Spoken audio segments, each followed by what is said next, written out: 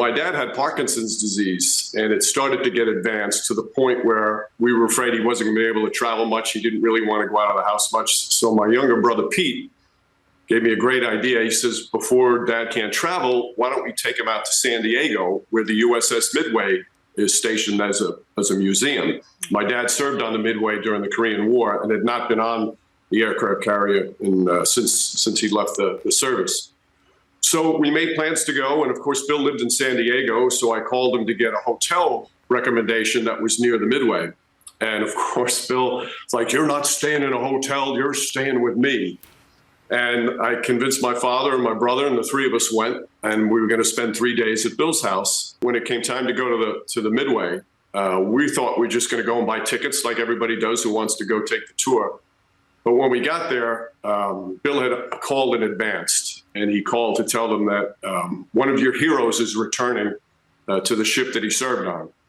So the commander of the Midway is the one who greeted us. And we went on for about a 2-hour tour. And let me tell you, an aircraft carrier is no place for a 7-footer, especially one with back problems and knee problems, because there's small little areas. You've got to duck everywhere you go. And it was a painful walk for him. But he walked every step, again, right by my father's side. And it was very emotional for my dad to go back. And there were a couple of times where he broke down. And so, of course, my brother and I got emotional as well. And then I look at Bill, and he's got the tears streaming down his cheeks.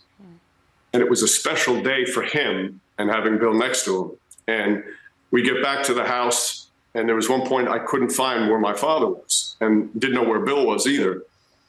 And the two of them are back in the teepee. Bill had this huge teepee that was on the ground at home, and the two of them are back there, sitting there, just talking. So by the end of the 3 days, Bill wasn't my friend. Bill was my father's friend.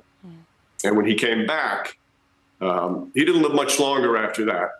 But that's all he talked about. My mother, who's still alive, has said that he talked about those 3 days over and over again. They were the best 3 days of the late years of his life, which were difficult for him. And Bill made them the best 3 days.